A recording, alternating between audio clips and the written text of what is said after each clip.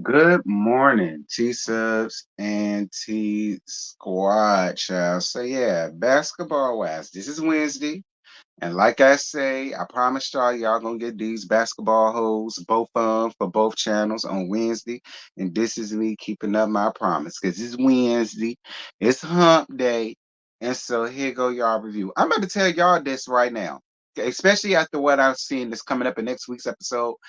I don't feel no ways bad or tied to what Jen, Daddy Long Leg, Giraffe Neck got going on. I don't feel bad for her. I feel as though Jen getting every damn thing that she deserves. And I feel like it's a couple of more OGs gonna mess around and get exactly what they deserve. All of y'all years of being I'm gonna go ahead and say it now. The reason why I don't feel bad about Jen and what Bang Yang Nessa got going on, hiring a private investigator and so on and so forth is because y'all, and I said it before and I'm gonna say it again, y'all have based and built your entire brand off of being in everybody else's mess, everybody else's business, everybody else's marriages, everybody else's relationships, what everybody else got going on. Y'all don't mind making being a part of it and making it a storyline. Y'all have done that through y'all through the entirety of all of the seasons on Basketball Wives.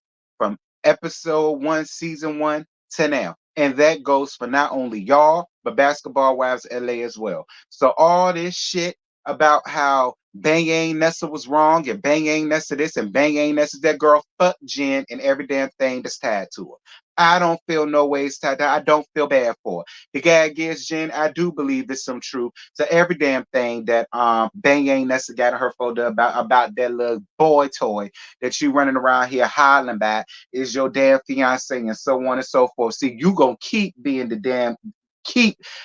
jester, the joke, the butt of the joke, the do girl, and every damn thing else up under the sun, child. It's bad enough these women treat you. It's bad enough you want to be flunkies to these damn women, but then you turn around and doing the same damn thing to these men, and now you sitting here letting a little young buck take advantage of you, girl. Because I believe it is some truth to it. And the reason why I believe it, Jen, is because the thing about it is, Jen, all this shit that's coming out about Krisha, if there's any truth to it, bitch, it's gonna come out. That's one thing about reality TV. It's gonna do, and it's gonna bring out the truth in each and every last one of you hoes. If it is some truth to it, Jen, oh, it's gonna come out.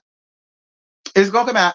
And the thing that I don't appreciate about it, Jen, is because you allowed him to. So basically, both of y'all would have came up here with a pack of damn lies. I don't feel no ways about it. I damn sure don't. Bang Yang Nessa, go on ahead and do your thing, girl. It is what it is. Anything that bad that happens to Eveline and Daddy Long Leg, Giraffe Neck, oh well. This is what I do. Okay? I got this for her. And I know this is next week. This is next week, and I'm in and we gonna gag that bitch more next week. But I'm just giving y'all a little preview of what's to come for next week because I don't feel bad for that hoe. Moving on. Now that I got that out the way, basketball wise, because it kills me. Like y'all have done this shit to countless of other women's doing countless of other damn seasons. I don't feel bad. Moving on for realsies this time. Basketball Wives, season 11, episode 6, turning up the heat. Jack Attack wants to take the ladies on a healing trip to Arizona and for Brooke's birthday, and she's checking to see if Jen finna come. Moving on. Brittany meeting with Clayana and Bang Yang Nessa to go shopping for Arizona, and they talk about what happened down to the cooking class. Clayana, you're the problem. Clayana, you're the problem. Not none of them other ladies there. You're the problem, sis. I don't know if you know what it at. And to be honest with you, Clay, I don't even think you care. But you're the problem. You are. Like, Clayana, you like at first it was like, I mean, cool because you getting the old hoes activated, whatever. But Clayana, you make absolutely no damn sense to me, and you come up here with the same mentality that a lot of the women's that's like you, and it's no shade to none of my Puerto Rican women's, and it's no shade to my Spanish women's. I love y'all to pieces, but I live in New York now. A lot of y'all carry that type of demeanor and that type of attitude, and it is a turn off. It's a turn off to people that's not from up north. It's a huge turn off. I'm just gonna be honest with you, Clayana. You are a huge turnoff. And while we speaking about a pecking order, listen, sis, you're nowhere on your listen. If we're dealing with a pecking order, Clayana, and that's probably the reason why this offended you, because Bang Yang Nessa told your ass right. Girl, please, you ain't nothing but another broad that had a baby by NBA nigga. Andre Iguodala ain't think about your ass. You listen, when it dealing with a pecking order, just you having a baby don't mean shit. Cause that nigga can have a baby with the current wife. You you understand me? So you still gonna be below in less in a lesser than compared to everybody else that's in the league. And don't get me wrong, all y'all hoes delusional when it come to that. Because a lot of y'all wouldn't be shit if it wasn't for the nigga that y'all married. And if he decide to leave you right now, and half the time it's coming with a nasty damn prenup.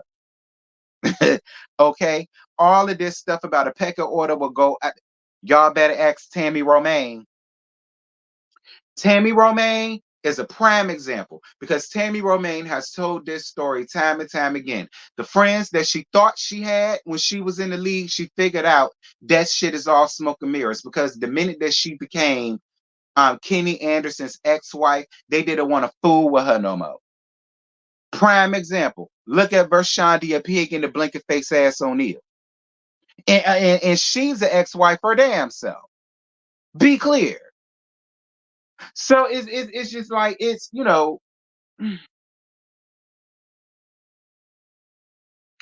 Bang ain't getting off that because the whole pecking order and where you go, girl, all that shit smoke and mirrors. Because, like I say, a lot of y'all hoes wouldn't be shit without the man that y'all tied down to. And again, I say, the minute he decides he don't want your ass no more, and he decide to pull a Eric Bledsoe or a goddamn Rashad from around there to the Orlando hoes.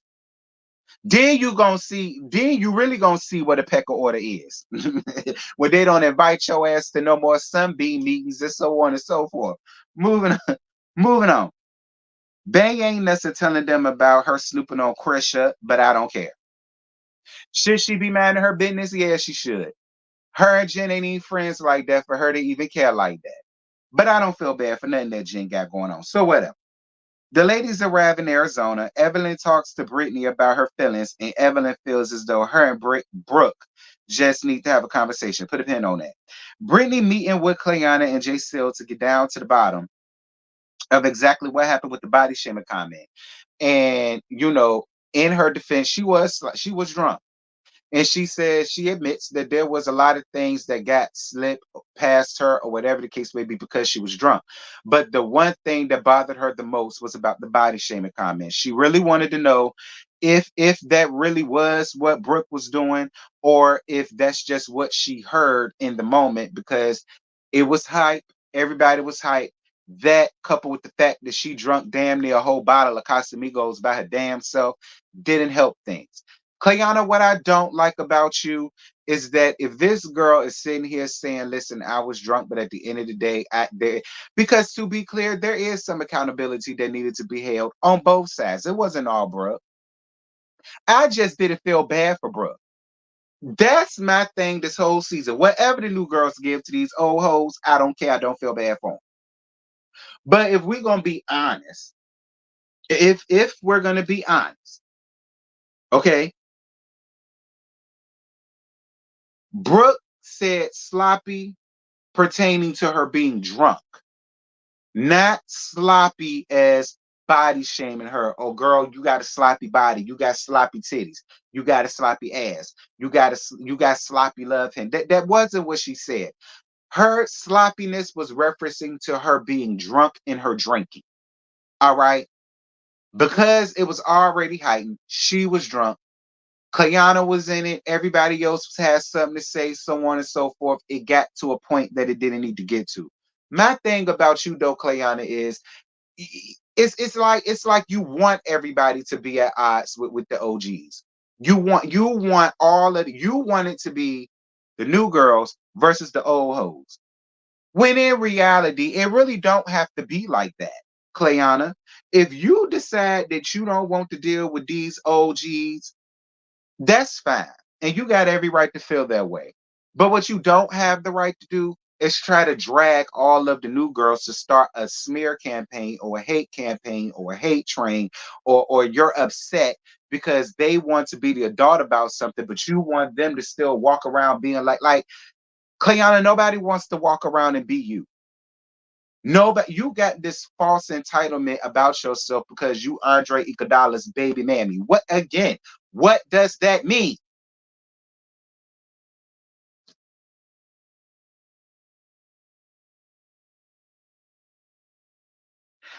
Do I feel as though Jay Seal was riding the fence? I don't feel as though Jay Seal was riding the fence, but what I don't want Jay Seal to do is to make the older hoes her end all be all. That's what I don't want her to do. And I don't want her to just fall into the trap that Tammy Romaine fell into, or that Mickey Mouse face ass Kristen fell into, or that LaQuisha with her ghetto fab project Compton ass fell into. You know what I'm saying? Like, I don't want you to fall into that trap or into that stigma that, you just y'all get what I mean. But do I think she was playing defense? No, I don't. No, I don't. I don't. Just like I'm not mad at her because she was actually right with Brittany. Like, she told Brittany right. Like, it's just being real. And you're mad at her for that. Then another thing, Clayana, you can't talk about somebody's ring, how cheap it is or how inexpensive it is, when the only thing you is a damn baby man. What does that mean? Again, I say, because to J Seal's point and her credit, you can't gag her about the price of no ring because bitch, she got one. What do you got other than a screaming ass baby on your tip?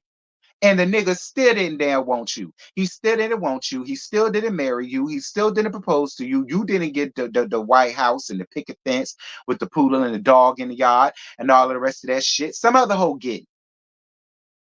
Some other woman is getting invited to the Sunbeam meetings and the Sunbeam galas and so on and so forth, sitting with all of the rest of the basketball wives up on the top, or having flow seats or whatever the case may be, while you and your damn child is watching from the confounds and the comforts of y'all damn bed and y'all damn house. Moving on, because I ain't got time for Clayana and her foolishness. So Brooke tells Evelyn about Bang Yang Nessa telling all of the other ladies that she's not married to Levon, and Ev says that she can't be trusted. Again, this is what I don't like. The very same behavior. So Ev, you gonna play an eye face and try to make it seem as if you and Vershandia Pig and the blanket face ass O'Neal, and you may as well throw in dating long leg giraffe neck having ass Jennifer, and just for the sake of the people, for the people who say I be biased, we gonna go on ahead and throw in Tammy Romaine too. Y'all know I love Tammy. But y'all gonna sit up here and act like y'all have not done that because there's video evidence of it, of y'all sitting up around each other, bringing up and down low, and filling in the other lady who wasn't there about the things that happened, the things that were said, the things that went down. So I don't understand. I really don't. I don't understand. I really don't. If she's messy and can't be trusted and need to mind her business, all that can apply to all of y'all, especially the OG.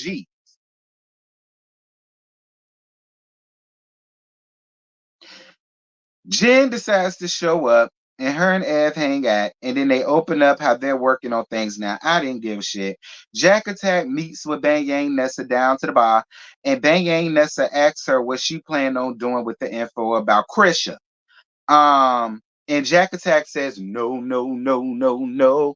Will you get me in some more mess, mess, mess, mess, mess? Me and her just made up, up, up, up, up.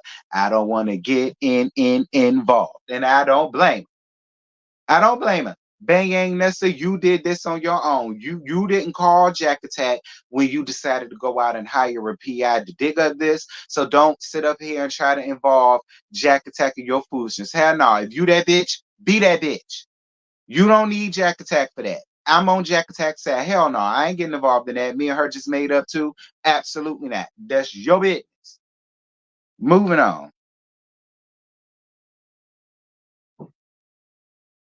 Bang Ain't Nessa also tells Jack Attack her problem with Clayana and about Clayana feeling away about Jack Attack starting the cooking class without Brittany. Again, Clayana, and while don't get me wrong, while I appreciate you for getting the old hoes activated, Clayana, you're working my nerve. Like you working my last nerve.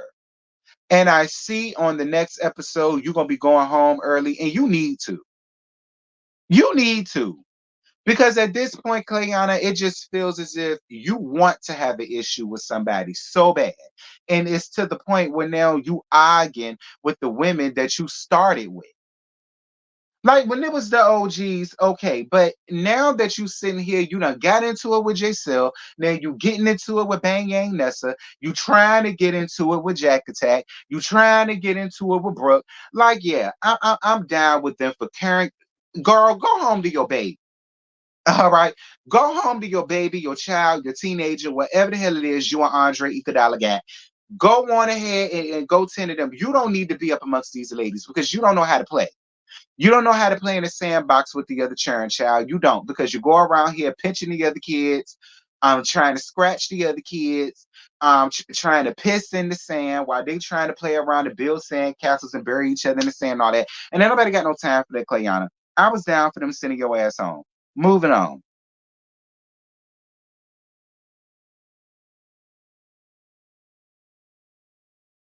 Brianna. Brittany and Brooke finally talk. Brittany, I listen. I fuck with Brittany the long way. Out of all the new girls, I really hope J-Sil and Brittany like become the OGs of the new girls, and they become the anchors or whatever. Like how a lot of people think of Vershandia and Eveline and Dead Long Legs and that. I really hope the both of them become that but better, because the way that you went and you said, you know what, Brooke, it was me. Like I can't even defend it, Brooke. It was me. It was me. I shouldn't have did that. I heard things wrong, and that was my fault because I drunk damn near a whole bottle of Casamigos to my damn self. And that's why all of that took place. I can't even defend the wrongness, Brooke. My bad. I can appreciate Brittany for that. Like Brittany apologized in such a way to where Brooke had really no choice but to accept the apology. Honestly, I mean, she took ownership, she took responsibility. She didn't try to say, well, it was because of this or it was because of that. Like she didn't make excuses. She took accountability and she said, you know what? It'll never happen again. I can appreciate that, Brittany. I can. I can appreciate a woman who has self-awareness. So shout out to you, Brittany. I fuck with Brittany, y'all. Like I really do. I fuck with Brittany. I do. I like her a lot. And shout out to Brooke for accepting her apology, realizing that she's coming to her as a grown woman, and so therefore Brooke had no choice but to be a grown woman and accept it. When a person comes to you like a grown ass woman like that, I would have done the same thing. As mad as I probably still would have been, and probably either wanted to get back. I wouldn't have been able to at that point. Me personally, I wouldn't have been able to at that point. Moving on. Brooke's birthday party. Shout out to Jack Attack for trying to show and prove to Brooke that, she really didn't mean no harm last season. It was a big misunderstanding, and she's there for her this season as best as she can be. Shout out to Jack Attack. I thought it was a sweet gesture for her to do that for Brooke for her birthday, especially considering what Brooke got going on with losing her daughter and all that. So shout out to you, Jack Attack. You be doing. Jackie got a good heart. She crazy as all outdoors, but Jackie do got a good heart. Um, Jen surprises the ladies. Surprise. Jack Attack pulls Clayana to the side to talk. Clayana feeling like Jack Attack is on some BS and being fake. Clayana and Bang Yang Nessa get into it. Brooke gets involved, and then she throws her drink in Clayana's face, and that was basically the end of the episode. Much like how I didn't feel bad about Brooke getting doused by Brittany. Yeah, Clayana, the same thing goes for you. I don't feel bad about Brooke dousing your ass with drink. It's her. Besides, it's her birthday, and she could do whatever the hell she want to do, girl. And if her nasty piece of birthday gift was throwing a drink in your face, Brooke, I'll allow it. I'll allow it because Clayana, you are the bad seed. You're the bad seed. You're the bad apple. You're the one in the bunch that nobody wants to be around. Like everybody else is having a good time with one another, and you are sitting to the side, looking like a pathetic ass Mexican wallflower. Like, girl, and Jackie was trying to be like, hey, look, because Jackie told you right. Like, listen, I invited you here to have a good time, not to ostracize yourself from everybody. And you doing it to yourself. Nobody ostracizing you, girl. You doing it to your damn self. That's the most pathetic thing about it. You acting as if somebody didn't want you around. Like the only person that has the right to feel that way about you is Jen. But everybody else was welcoming you or trying to make you welcome. You the one that was just girl, go home. Okay, go home. Go home. And I'm gonna tell you something else, Clayana. Stay home. Stay home. There's no room for you here. Like I don't need Clayana back. I don't need Clayana back. I don't even think Clayana is in the credits. I don't believe. So there's no reason for Clayana to come back. Or even if she is, I don't know. I don't like the bitch. I don't need her to come back. She need to go. I see why Andre Iguodala dropped your ass like the bar soap in the men's prison shower, and I'm glad he did. He could do a whole lot better. He shouldn't have had no damn babies by your crazy ass. Anyway, that's it. That's all I got. I ain't got no more. Y'all drop down in the comments. Y'all let me know what y'all thought about Monday night's episode. And yeah, I will see y'all around there to the second channel for Basketball Wise Orlando. I'm gone. Back.